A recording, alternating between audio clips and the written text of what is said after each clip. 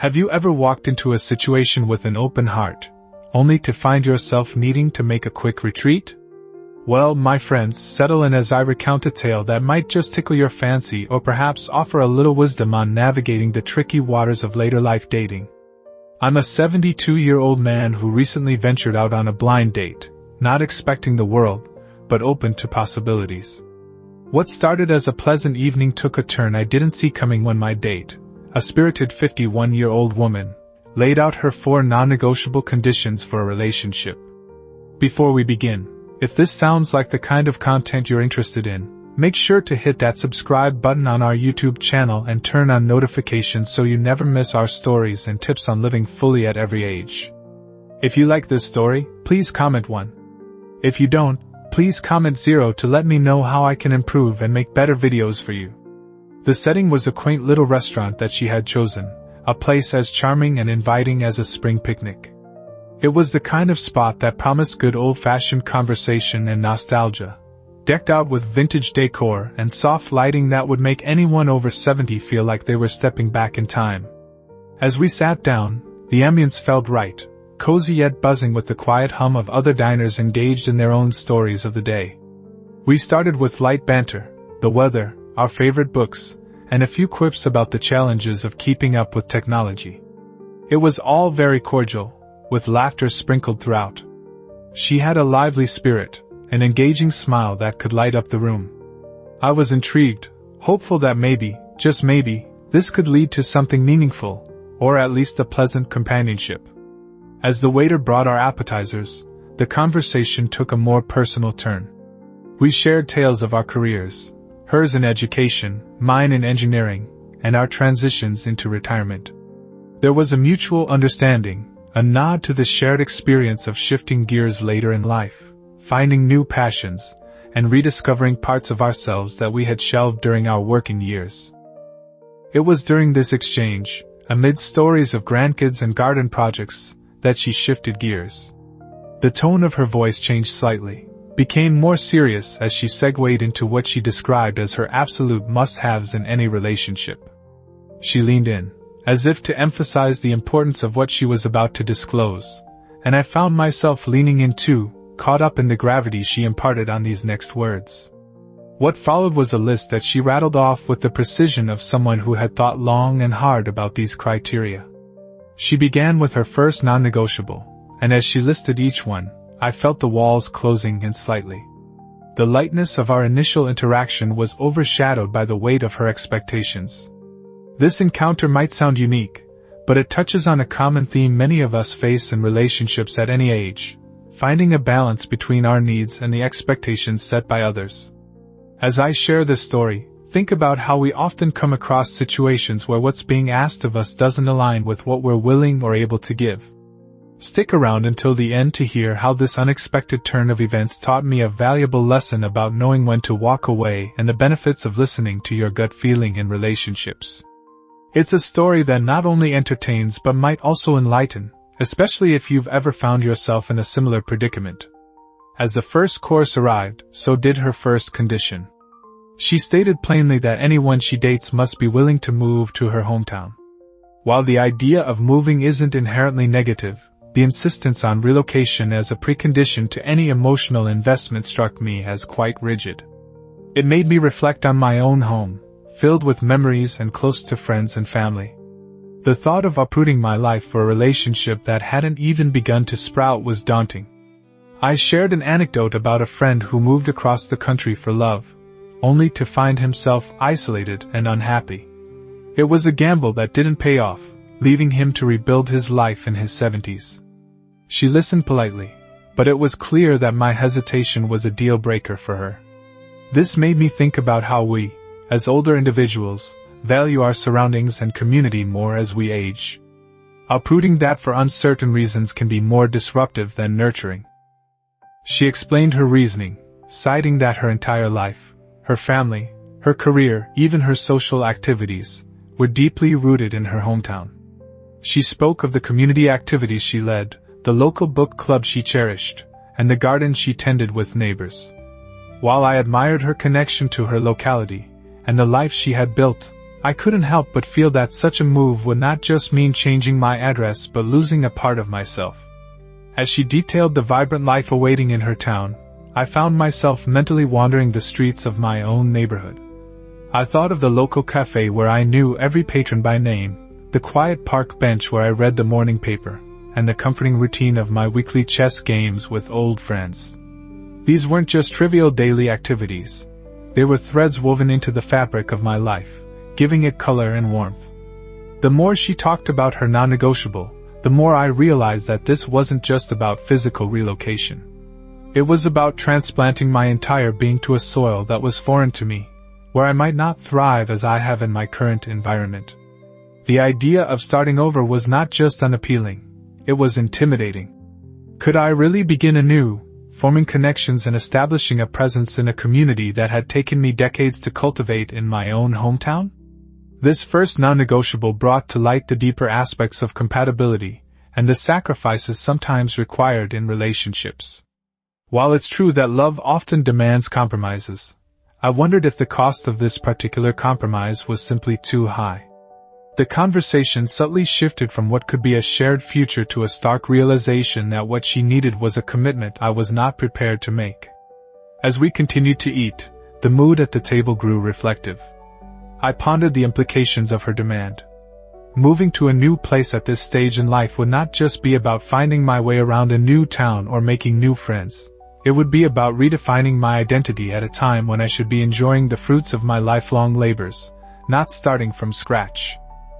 This realization was a pivotal moment in our date, marking a boundary that I was reluctant to cross. It underscored the importance of understanding and respecting one's own limits in dating and relationships, particularly when such significant life changes are proposed from the start. The first non-negotiable had laid bare the vast distance between our expectations and the realities of our individual lives, a gap too wide to bridge merely by goodwill or attraction. Moving on to the main course, she unveiled her second condition, that her partner must adopt a vegan lifestyle. Now, I have nothing against vegans, more power to them. But I've enjoyed my meat and potatoes all my life. The sudden shift to a vegan diet was not something I was prepared to commit to, not without more consideration or perhaps a personal inclination. I tried to lighten the mood by joking about how my attempt at going vegetarian lasted all of 2 days. However, she didn't find it amusing. This moment underscored for me the importance of compatibility in lifestyle choices, especially dietary ones. Compromise is one thing, but complete alteration of one's diet on command is quite another. It's not just about food preferences but about shared values and the ability to enjoy life's pleasures together. She detailed her journey towards veganism with a passion that was both admirable and intense. She spoke of the health benefits, the ethical reasons, and the environmental impact of a plant-based diet. Her eyes lit up as she described the transformation in her well-being since she made the switch. While her enthusiasm was infectious, I felt a disconnect. For me, meals are a tapestry of experiences tied to family traditions, cultural heritage, and personal tastes that span decades. As she outlined the benefits of a vegan lifestyle, I found myself reflecting on the countless family barbecues, the Sunday roasts at my mother's house, and the joy of preparing my famous beef stew for my grandchildren. These were not merely meals but cherished rituals that connected generations. The thought of giving up these traditions felt like losing a part of my history and the joy associated with these memories. The conversation, though well-intentioned, began to feel like a lecture. I could sense the expectation for me to be convinced and to commit to this drastic lifestyle change as a prerequisite for our relationship to progress. It struck me then how integral food is to our identities and social lives. Eating together is an act of sharing not just food but stories, laughter, and life. The insistence on adopting a vegan diet seemed less like a request for compatibility and more like an imposition on my personal identity and choices. This brought me to ponder the nature of compromise in a relationship. True compromise involves mutual adjustments and respect for each other's preferences and beliefs. It felt as though what was being asked of me wasn't a compromise but rather a concession, a surrender of my own dietary choices to match hers exactly without room for negotiation. I attempted to express my concerns, suggesting perhaps we could find a middle ground, maybe incorporating more plant-based meals into our diet without completely abandoning meat. However, her stance was firm, indicating that this was not just a preference but a requirement. This rigidity was a red flag, highlighting not just our divergent views on diet but potentially on how we handle differences and make decisions together. As we moved through our meal, the weight of her expectations grew heavier. I realized that being with someone who requires you to change such fundamental aspects of your life from the outset can set a precedent for what might come later in the relationship. It's essential to respect each other's choices, especially those that are deeply rooted in personal values and lifestyle. The second non-negotiable had sharpened the focus on what I truly valued in a partnership: freedom of choice, respect for personal history, and the joy of sharing both similarities and differences without imposing one's will on the other. As we cleared our plates, I couldn't help but feel that the blend of spices in our dinner was the only mix that was right that evening. The blend of our lives, however, seemed increasingly unlikely as her non-negotiables unfolded. The conversation took a more serious tone as she discussed her third non-negotiable: that her partner should not have any close ties with ex-partners or old flames. It seemed to stem from past insecurities, something many of us can relate to. However, the blanket requirement felt restrictive. I've maintained amicable relationships with some of my exes, and they've become part of my extended circle of friends. I shared stories of how these friendships developed over time, transforming from romantic engagements to platonic friendships based on mutual respect and shared history. I believe it's possible to have healthy boundaries with past partners while moving forward in new relationships. Her insistence, however, highlighted a difference in our approach to trust and past relationships, signaling a potential area of constant conflict. She explained that her past experiences with partners who maintained close relationships with exes had led to jealousy and discomfort. While I understood her concerns, the way she framed her condition, as an absolute rule with no room for discussion or nuance, made me uneasy. Relationships, especially those later in life, should be built on a foundation of trust and understanding, not rigid rules that don't allow for individual circumstances. As we delved deeper into the topic, I recounted a particular friendship with an ex-girlfriend who had become one of my closest friends. We had seen each other through life's highs and lows, from career changes to the loss of family members. Our relationship was a testament to the fact that people can evolve beyond their romantic pasts to form deep, meaningful connections that enrich their lives. Her reaction was polite but firm, indicating that no amount of reassurance would sway her stance on this issue.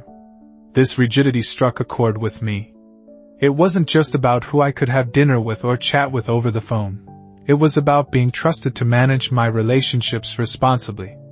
Her requirement felt less like a protective measure for our potential relationship and more like a control mechanism, dictating the terms under which I could interact with important people in my life. This third non-negotiable made me reflect on the essence of what makes relationships work: trust, flexibility, and the ability to embrace a partner's full life, including the people in it. The realization that she might never accept or trust these platonic relationships was a turning point. It underscored how crucial it is to have a partner who respects and trusts your judgment. The dialogue around this non-negotiable also highlighted a fundamental difference in how we view relationship security. To me, security comes from trust, communication, and mutual respect, not from severing ties or building walls around one another. As I listened to her explain her perspective, it became increasingly clear that we might struggle with other differences in the future, especially those involving trust and personal freedom. As we sipped our coffee and the evening wore on, I felt a mix of disappointment and clarity. Disappointment because what had started as a promising connection was revealing significant barriers to compatibility. Clarity, because with each non-negotiable she laid out, it became clearer what I truly valued and needed in a relationship: not just agreement, but a shared understanding of what it means to respect and trust each other's choices and histories. This third non-negotiable was perhaps the most telling of all, highlighting not just a difference in relationship expectations, but a fundamental difference in how we approach connections with others. It was becoming apparent that our paths, much like our approaches to past relationships, were meant to diverge, each shaped by our unique experiences and views on what it means to love and trust. By the time dessert was served, the fourth condition emerged. She expected any potential partner to be financially well off, specifying that she wanted to be taken care of in a manner she was accustomed to. While financial stability is certainly important, the directness of her expectation felt more transactional than relational. This part of the conversation reminded me of another friend who entered into a marriage with similar financial expectations placed upon him. The relationship eventually eroded under the weight of monetary obligations and the lack of genuine emotional connection. I realized then that what I sought was not just companionship but a partnership where mutual support, emotional and otherwise, was key. Her rationale was that she had worked hard all her life and now wanted to enjoy a certain lifestyle without worries about finances. She described her vision of retirement filled with travel, luxury, and leisure, and made it clear that maintaining her lifestyle was a priority that her partner would need to contribute to. This upfront approach to financial requirements was not just about ensuring comfort but also setting a standard for how she expected to be treated. I nodded, understanding the desire for security and comfort in one's later years. However, the way she presented this condition felt like it left little room for the organic growth of a relationship. There was no mention of love, compatibility, or emotional support. The focus was squarely on financial capability. It made me question whether the foundation of our potential relationship would be built on mutual affection or financial arrangements. This discussion made me reflect on the importance of financial compatibility in relationships, certainly, but also on the depth of connection that I wanted. I thought about my own financial planning, my modest but comfortable retirement, and how I had hoped to share my later years with someone who valued frugality, simplicity, and the joy of small pleasures over lavish expenditures. As she elaborated on her expectations, detailing the kind of vacations she wanted to take and the gifts she expected, I felt a growing disconnect. It wasn't that I couldn't afford a comfortable lifestyle. Rather, it was the implication that my value as a partner was heavily measured by my financial output. This approach seemed to reduce the richness of a relationship to a transaction, where the emotional and spiritual connections were secondary to economic contributions. This made me think of how true partnership involves giving and taking, sharing responsibilities, and supporting each other through thick and thin, not just financially but in all aspects of life. The best relationships, I believe, are those where both partners can lean on each other, where resources are pooled not just out of necessity but from a desire to build a shared life together. As the evening came to a close, and we stepped out of the restaurant, the crisp night air felt like a breath of fresh air. The stark contrast between the warmth of potential companionship and the chill of transactional expectations was palpable. Walking away, I carried with me a renewed understanding of what I was looking for in a relationship, not a caretaker or a benefactor, but a true partner. This fourth non-negotiable was perhaps the most defining of all, as it clarified not just our incompatible views on finance but also our fundamentally different approaches to life and love. It underscored the necessity of aligning not just on paper, but in spirit and purpose. As I drove home, the quiet of the car was a space to reflect, to understand that sometimes, the most important negotiations in a relationship are those that concern the heart, not the wallet.